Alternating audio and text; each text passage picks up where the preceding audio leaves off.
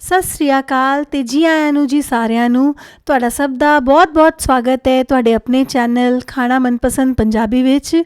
ਤੇ ਅੱਜ ਆਪਾਂ ਬਣਾਵਾਂਗੇ ਇਹ ਚਾਊਮਿਨ, ਬਿਲਕੁਲ ਸਟਰੀਟ ਸਟਾਈਲ 'ਚ ਬਣਾਵਾਂਗੇ। ਤੇ ਇਸ ਚਾਊਮਿਨ 'ਚ ਖਾਸ ਗੱਲ ਇਹ ਵੇ ਕਿ ਇਹ ਆਟੇ ਦੀ ਹੈ ਤੇ ਅਸੀਂ ਅੱਜ ਆਟਾ ਚਾਊਮਿਨ ਬਣਾਵਾਂਗੇ। ਤੇ ਇੱਥੇ ਮੈਂ ਲੈ ਲਿੱਤੀ ਹੈ ਇਹ ਚਿੰਗਸ ਦੀ ਆਟਾ ਚਾਊਮਿਨ। ਇਸ ਚਾਊਮਿਨ ਨੂੰ ਅਸੀਂ ਭਿਗੋ ਕੇ ਬਣਾਵਾਂਗੇ ਤੇ ਇਹਨੂੰ ਉਬਾਲਣਾ ਨਹੀਂ ਪੈਂਦਾ। ਤੇ ਇੱਥੇ ਹੋਲ ਵੀਟ ਚਾਊਮਿਨ ਹੈ ਤੇ 2 ਪੈਕੇਟ ਲਿੱਤੇ ਨੇ ਮੈਂ। ਤੁਸੀਂ 1 ਪੈਕੇਟ ਨਾਲ ਵੀ ਬਣਾ ਸਕਦੇ ਹੋ, ਬੜੀ ਚੰਗੀ ਬਣਦੀ ਹੈ ਕਿ ਕੋਈ ਵੀ ਨਹੀਂ ਬਤਾ ਸਕਦਾ ਕਿ ਇਹ ਆਟੇ ਦੀ ਚਾਊਮਿਨ ਹੈ ਜਾਂ ਫਿਰ ਇਹ ਮੈਦੇ ਦੀ ਚਾਊਮਿਨ ਹੈ। ਤਾਂ ਹੈਲਥ ਲਈ ਵੀ ਚੰਗੀ ਹੈ, ਤੁਸੀਂ ਯੂਜ਼ ਕਰ ਸਕਦੇ ਹੋ। ਤੇ ਇੱਥੇ ਮੈਂ ਜਿਹੜੀ ਸਬਜ਼ੀਆਂ ਲਿੱਤੀਆਂ ਨੇ ਉਹ ਵੇਖ ਲਵਾਂਗੇ। ਇੱਥੇ ਮੈਂ ਗਾਜਰ ਲਿੱਤੀ ਹੈ, ਉਹਨੂੰ ਇਸ ਤਰ੍ਹਾਂ ਲੰਬਾ ਲੰਬਾ ਕੱਟ ਲਿੱਤਾ ਹੈ। ਪੱਤਾ ਗੋਭੀ ਹੈ ਤੇ ਇਹ 2 ਤੋਂ 3 ਮੈਂ ਇੱਥੇ ਬੇਬੀ ਕੌਰਨ ਲਿੱਤੀਆਂ ਨੇ। ਲਾਲ ਸ਼ਿਮਲਾ ਮਿਰਚ, ਪੀਲੀ, ਹਰੀ, ਜਿਹੜੀ ਵੀ ਤੁਸੀਂ ਲੈਣਾ ਚਾਹੁੰਦੇ ਹੋ ਲੈ ਸਕਦੇ ਹੋ। ਤੇ ਮਸ਼ਰੂਮ ਲਿੱਤੇ ਨੇ, ਤੁਹਾਨੂੰ ਖੁੰਬਾ ਪਸੰਦ ਹੋਣ ਤਾਂ ਹੀ ਤੁਸੀਂ ਲੈਣਾ, ਅਦਰਵਾਈਜ਼ ਅਵੋਇਡ ਕਰ ਸਕਦੇ ਹੋ। ਤੇ ਅਸੀਂ ਇੱਥੇ ਲਿੱਤਾ ਹੈ 1 ਪਿਆਜ਼, ਉਹਨੂੰ ਵੀ ਇਸ ਤਰ੍ਹਾਂ ਵੱਡਾ ਵੱਡਾ ਕੱਟ ਕਰ ਲਿੱਤਾ ਹੈ। 1 ਤੋਂ 2 ਲਾਲ ਮਿਰਚਾਂ, ਇਹ ਬੜੀਆਂ ਚੰਗੀਆਂ ਲੱਗਦੀਆਂ ਨੇ ਇਸ ਚਾਊਮਿਨ 'ਚ ਤੇ ਇੱਕ ਸਪਾਈਸੀ ਫਲੇਵਰ ਦਿੰਦੀਆਂ ਨੇ। ਤੇ ਇੱਥੇ ਲਿੱਤਾ ਹੈ ਲਸਣ, 10 ਤੋਂ 12 ਕਲੀਆਂ ਨੇ। ਇੱਥੇ ਜਿੰਜਰ ਯਾਨੀ ਕਿ ਅਦਰਕ ਲਿੱਤਾ ਹੈ, ਇਹ ਹੈ 1 ਇੰਚ ਦਾ ਟੁਕੜਾ। 1 ਛੋਟਾ ਚਮਚ ਮੈਂ ਸਿਰਕੇ ਦਾ ਲਿੱਤਾ ਹੈ, ਤੁਹਾਨੂੰ ਜ਼ਿਆਦਾ ਪਸੰਦ ਹੋ ਤਾਂ ਤੁਸੀਂ ਜ਼ਿਆਦਾ ਪਾ ਸਕਦੇ ਹੋ। ਹਰਾ ਪਿਆਜ਼ ਲਿੱਤਾ ਹੈ 1, ਟੋਮੈਟੋ ਕੈਚਅਪ, ਸ਼ੈਜ਼ਵਾਨ ਸੌਸ ਨਾ ਹੋਵੇ ਤਾਂ ਤੁਸੀਂ ਚਿਲੀ ਪੇਸਟ ਵੀ ਲੈ ਸਕਦੇ ਹੋ।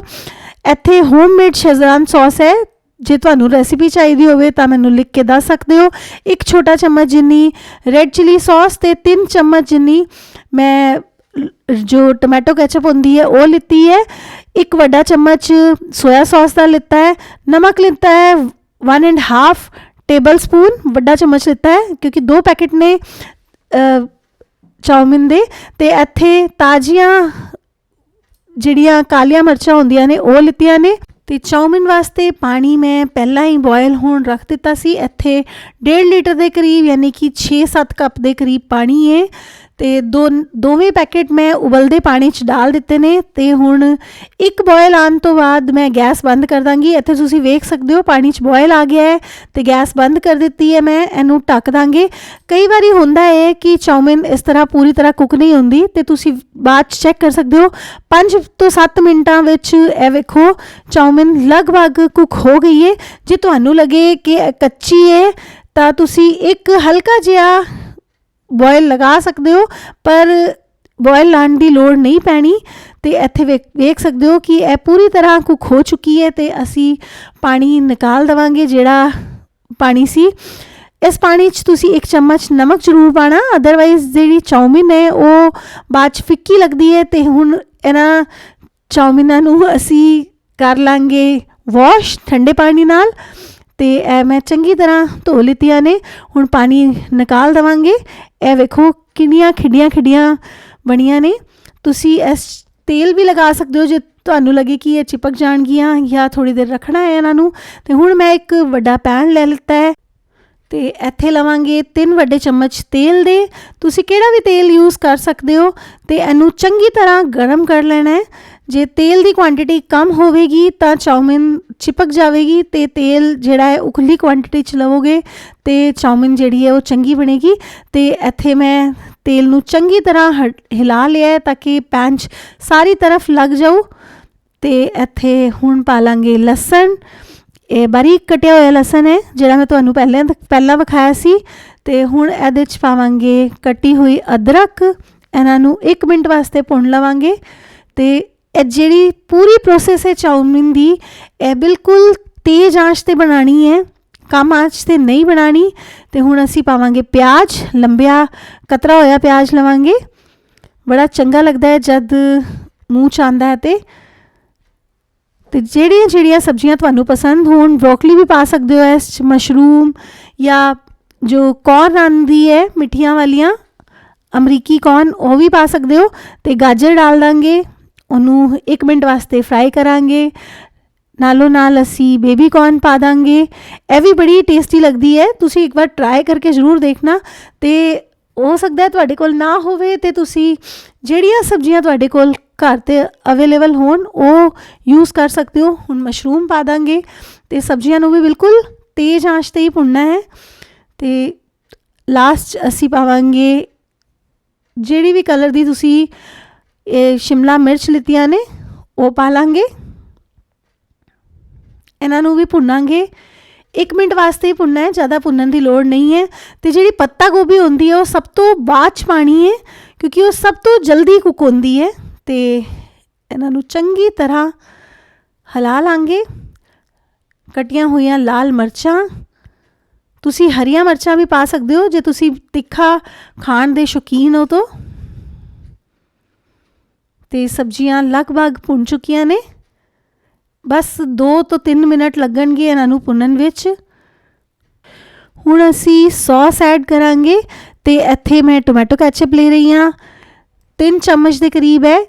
1 ਵੱਡਾ ਚਮਚ ਲਾਲ ਮਿਰਚ ਦੀ ਸੌਸ ਹੈ, ਯਾਨੀ ਕਿ ਰੈੱਡ ਚਿੱਲੀ ਸੌਸ। ਤੁਸੀਂ ਹਰੀਆਂ ਮਿਰਚਾਂ ਦੀ ਸੌਸ ਵੀ ਲੈ ਸਕਦੇ ਹੋ। ਇੱਥੇ ਸ਼ੈਜ਼ਵਾਨ ਸੌਸ ਐਡ ਕੀਤੀ ਹੈ ਮੈਂ, ਅਤੇ ਸੋਇਆ ਸੌਸ ਵੀ ਡਾਲ ਦਿੱਤੀ ਹੈ। ਹੁਣ ਇਹਨਾਂ ਨੂੰ ਚੰਗੀ ਤਰ੍ਹਾਂ ਮਿਲਾ ਦਾਂਗੇ।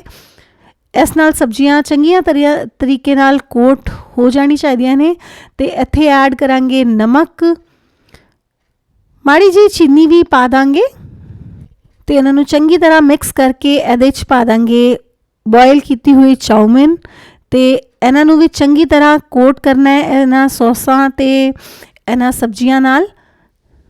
ਚੰਗੀ ਤਰੀਕੇ ਨਾਲ ਹਿਲਾ ਲਾਂਗੇ। ਜੇ ਤੁਹਾਨੂੰ ਮੁਸ਼ਕਿਲ ਆ ਰਹੀ ਹੈ ਤਾਂ ਤੁਸੀਂ ਕੰਡਿਆਂ ਦਾ ਯਾਨੀ ਕਿ ਫੋਕਸ ਦਾ ਯੂਜ਼ ਕਰ ਸਕਦੇ ਹੋ। ਅਤੇ ਹੁਣ ਅਸੀਂ ਐਡ ਕਰਾਂਗੇ ਬਚਿਆ ਹੋਇਆ ਨਮਕ। ਐਕਚੁਅਲੀ ਸਟਾਰਟਿੰਗ 'ਚ ਮੈਂ ਬੜਾ ਕਮ ਨਮਕ ਪਾਤਾ ਸੀ, ਉਹ ਇਸ ਕਰਕੇ ਕਿ ਸਿਰਫ ਸਬਜ਼ੀਆਂ ਵਾਸਤੇ ਮੈਂ ਉਹ ਨਮਕ ਐਡ ਕੀਤਾ ਸੀ। ਅਤੇ ਹੁਣ ਮੈਂ ਜਿਹੜਾ ਨਮਕ ਪਾ ਰਹੀ ਹਾਂ ਉਹ ਚਾਊਮਿਨ ਦੇ ਹਿਸਾਬ ਨਾਲ ਪਾ ਰਹੀ ਹਾਂ। ਅਤੇ ਇੱਥੇ ਜਿੰਨੀ ਕੁਆਂਟਿਟੀ ਅਸੀਂ ਐਡ ਕੀਤੀ ਹੈ ਉਹ ਲਗਭਗ 1 ਟੀਸਪੂਨ ਦੇ ਕਰੀਬ ਹੈ, ਕਿਉਂਕਿ ਪਹਿਲਾਂ ਬੋਇਲ ਹੁੰਦੇ ਹੋਏ ਵੀ ਮੈਂ ਥੋੜ੍ਹਾ ਜਿਹਾ ਨਮਕ ਪਾਤਾ ਸੀ। ਅਤੇ ਚੀਨੀ ਜਿਹੜੀ ਡਾਲੀ ਹੈ ਉਹ ਡਾਲੀ ਹੈ ਅੱਧਾ ਟੀਸਪੂਨ। ਅਤੇ ਨਾਲੇ ਨਾਲ ਅਸੀਂ ਤਾਜ਼ੀਆਂ ਕੁੱਟੀਆਂ ਹੋਈਆਂ ਕਾਲੀ ਮਿਰਚਾਂ ਪਾ ਦਾਂਗੇ ਅੱਧਾ ਟੀਸਪੂਨ। ਅਤੇ ਤੁਸੀਂ ਆਪਣੇ ਹਿਸਾਬ ਨਾਲ ਨਮਕ ਮਿਰਚ ਐਡਜਸਟ ਕਰ ਸਕਦੇ ਹੋ ਜਿੰਨੀ ਤੁਹਾਨੂੰ ਪਸੰਦ ਹੋਏ। ਅਤੇ ਲਾਸਟ ਐਡ ਕਰ ਰਹੀ ਹਾਂ ਮੈਂ ਇੱਥੇ ਬਟਰ ਨਾਲ ਇਹਦਾ ਟੇਸਟ ਜਿਹੜਾ ਹੈ ਉਹ 10 ਗੁਣਾ ਵੱਧ ਜਾਂਦਾ ਹੈ। ਅਤੇ ਤੁਸੀਂ ਸਾਈਡ ਤੋਂ ਐਡ ਕਰ ਦਿਓ ਧੀਮੀ ਆਂਚ 'ਤੇ। ਹੁਣ ਬਟਰ ਨਾਲ ਇਹਨਾਂ ਨੂੰ ਕੋਟ ਕਰ ਲਾਂਗੇ।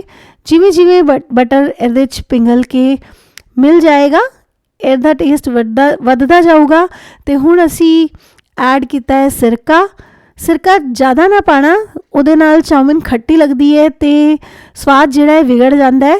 ਅਤੇ ਤੁਸੀਂ ਚਾਹੋ ਤਾਂ ਅਜੀਨੋ ਮੋਟੋ ਵੀ ਯੂਜ਼ ਕਰ ਸਕਦੇ ਹੋ, ਜਿਹੜਾ ਚਾਈਨੀਜ਼ ਸਾਲਟ ਆਉਂਦਾ ਹੈ, ਬਟ ਮੈਂ ਇੱਥੇ ਨਹੀਂ ਡਾਲਿਆ, ਉਹ ਸਿਹਤ ਵਾਸਤੇ ਚੰਗਾ ਨਹੀਂ ਹੈ ਤਾਂ ਮੈਂ ਨਹੀਂ ਯੂਜ਼ ਕੀਤਾ। ਅਤੇ ਤੁਸੀਂ ਐਂਡ 'ਚ ਪਾ ਦਿਓ ਹਰਾ ਪਿਆਜ਼। ਅਤੇ ਬਿਲਕੁਲ ਸਟਰੀਟ ਸਟਾਈਲ ਜਾਂ ਰੈਸਟੋਰੈਂਟ ਸਟਾਈਲ ਜਿਵੇਂ ਤੁਸੀਂ ਕਹਿਣਾ ਚਾਹੋ ਉਸ ਤਰ੍ਹਾਂ ਦੀ ਚਾਊਮਿਨ ਰੈਡੀ ਹੈ। ਸਪਾਈਸੀ, ਟੈਂਗੀ, ਟੇਸਟੀ, ਬਹੁਤ ਚੰਗੀ ਲੱਗਦੀ ਹੈ।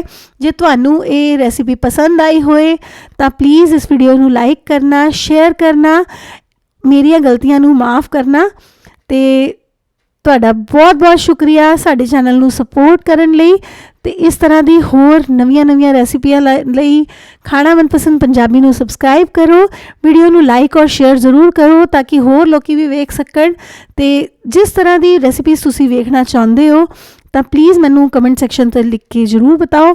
Thanks for watching, thank you, bye, take care. ਸਭ ਆਪਣਾ ਧਿਆਨ ਰੱਖਣਾ ਆਪਣੇ ਪਰਿਵਾਰਾਂ ਦਾ। Thank you, bye.